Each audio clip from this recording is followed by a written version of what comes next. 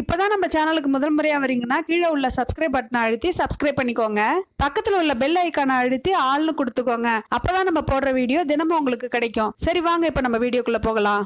மற்ற நாடுகளையெல்லாம் பார்க்கும்போது நம்ம இந்தியாவில் பெண்களின் நிலைமை மிகவும் சிறப்பாக உள்ளது.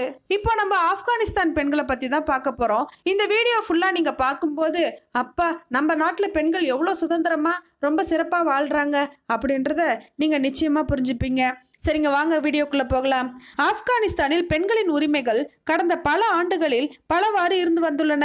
பெண் உரிமைகள் மிகவும் பாதிக்கப்பட்ட நாடுகளில் ஆப்கானிஸ்தானும் ஒன்று.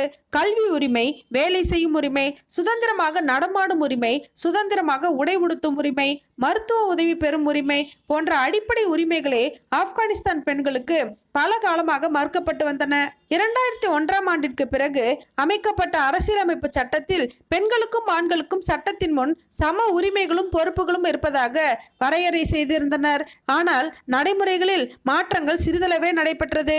2021இல் ஆப்கானிஸ்தானின் மக்கள் தொகை ஏறத்தாழ 3,40,00,000. இதில் சுமார் 1,42,00,000 பேர் பெண்கள். உள்ளூர் வழக்கப்படி பெரும்பாலான பெண்கள் தங்கள் உயர்நிலை பள்ளி கல்வியை முடித்த நிலையிலேயே திருமணம் செய்து வைக்கப்படுகின்றனர். பெரும்பாலானோர் குடும்ப தலைவியாகவே தங்கள் வாழ்நாளை கழிக்கின்றனர். 1990களில் இருந்து ஆட்சியில் இருந்த வெவ்வேறு அரசுகளின் கீழ் பெண்களுக்கான உரிமைகள் மறுக்கப்பட்டே வந்தன. 2004ஆம் ஆண்டு நிறைவேற்றப்பட்ட அரசியலமைப்பில் பெண்களுக்கு சட்டப்படி சமநிலை வழங்கப்பட்டது. ஆனால் இந்த உரிமைகள் நடைமுறையில் கிடையாது. ஆப்கானிஸ்தானில் பாலியல் தொழில் என்பது சட்டவிரோதமானது. இதற்கு 5 முதல் 15 ஆண்டுகள் வரை சிறை தண்டனை விதிக்கப்பட்டது. இந்த நாடு ஆழ்ந்த மத மற்றும் உலகின் பழமை வாய்ந்த நாடுகளில் ஒன்றாகும். அங்கு திருமணத்திற்கு வெளியே பாலுறவு சட்டத்திற்கு எதிரானது, மேலும் மரணத்திற்கு வழிவகுக்கும். பல அரசு சார்பற்ற அமைப்புகள் வறுமை காரணமாக விபச்சாரம் அதிகரித்து வருவதாக அறிவித்துள்ளன. ஒரு அறிக்கை 2015இல் ஆப்கானிஸ்தானில் 12,500 பாலியல் தொழிலாளிகள் இருப்பதாக மதிப்பிட்டுள்ளது. 2019ஆம் ஆண்டின் கணக்கெடுப்பின்படி காபூல், ஹெராத், மசார் இ ஷரீப், ஜலாலாபாத்தில் 11,000 பாலியல் தொழிலாளிகள் இருப்பதாக HIV எய்ட்ஸ் தொடர்பான ஐக்கிய நாடுகள் திட்டம் மதிப்பிட்டுள்ளது. ஆப்கானிஸ்தானில் இருந்து வெளிநாட்டு படைகள் வெளியேறுவதற்கு முன் அமெரிக்க தளங்களை சுற்றி பாலியல் தொழிலாளி விடுதிகள் பற்றியும் பாலியல் பற்றிய செய்திகளும் வந்துள்ளன.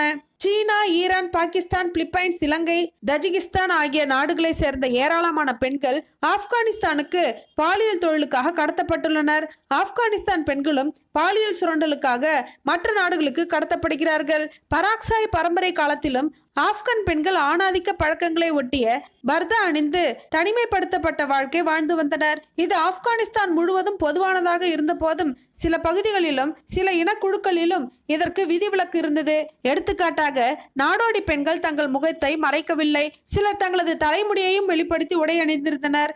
ஆப்கானிய அரசர்கள் வழக்கமாக 4 அலுவல் முறை மனைவிகளையும் பல ஆசை நாயகிகளையும் கொண்டிருந்தனர். இது பல நாடுகளின் வழக்கங்களை ஒட்டியிருந்தன.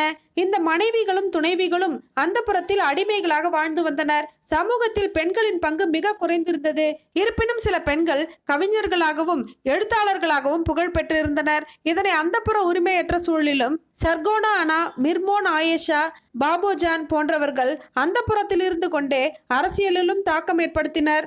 சில ஆப்கானிய அரசர்கள் பெண்களின் விடுதலையை மேம்படுத்த முயன்றனர். இருந்தாலும் இவை பெரும்பாலும் தோல்வியில் முடிந்தது.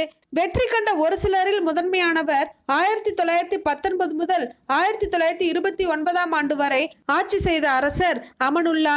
தம் நாட்டை நவீனப்படுத்தவும் ஒருங்கிணைக்கவும் பல சீர்திருத்தங்களை இவர் முயன்றார். ஆணாதிக்கத்திலிருந்து பெண்கள் பொது வாழ்க்கைக்கு வர வேண்டும் என்று உதவினார். கல்வியின் முக்கியத்துவத்தை வலியுறுத்தி பெண்களை கல்வி சாலைக்கு அனுப்பினார். முகத்திரைகளை விலக்கி மேற்கத்திய ஆடைகளை அணிவதை ஆதரித்தார். 1921இல் கட்டாய திருமணங்கள், சிறுமியர் திருமணம், மணப்பெண் விலை பேசுதல் ஆகியவற்றை தடை செய்யும் சட்டத்தை இயற்றினார். ஆப்கானிஸ்தானில் பரவலாக இருந்த பலதார மணத்தை கட்டுப்படுத்தினார். அமனுல்லா கானின் மனைவி சொரையா.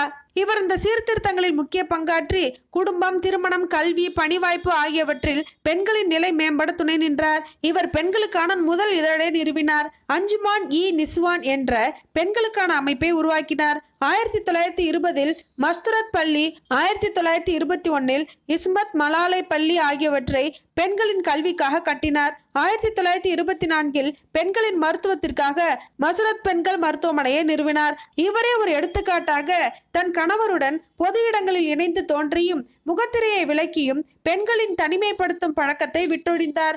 ஆப்கானிஸ்தானை ஆட்சி புரிந்தவர்களின் பட்டியலில் இவர் மட்டுமே பெண் என்பது சிறப்பாகும். 1929ஆம் ஆண்டு இவர்களின் ஆட்சி கவிழ்ந்தது. பெண்கள் மீண்டும் பர்தா அணிய வேண்டும் என்ற சட்டம் அமலுக்கு வந்தது. பெண்கள் உரிமைகளுக்கான சட்டங்களை எதிர்த்து பல சட்டங்கள் உருவாக்கப்பட்டன. ஆப்கானிஸ்தானில் 1919ஆம் ஆண்டு முதல் 1929ஆம் ஆண்டு வரை அரசர் அமனுல்லாவின் ஆட்சி நடந்தது. அந்த ஆட்சியின் போதுதான் பெண்களுக்கான உரிமைகள் சிறப்பாக நடந்தது. அதுக்கப்புறம் இப்போ வரைக்குமே பெண்களுக்கான உரிமைகள் நிறைய மறுக்கப்பட்டு வருகின்றன. ஆப்கானிஸ்தான் பெண்களோட நிலைமை பற்றி உங்களுடைய கருத்துக்களை கமெண்ட் பாக்ஸ்ல எழுதுங்க. இந்த வீடியோ உங்களுக்கு பிடிச்சிருந்தா லைக் பண்ணுங்க, ஷேர் பண்ணுங்க. மேலும் இது போன்ற பல வீடியோக்களை காண நம்ம சேனலை சப்ஸ்கிரைப் பண்ணிக்கோங்க. நன்றி, வணக்கம்.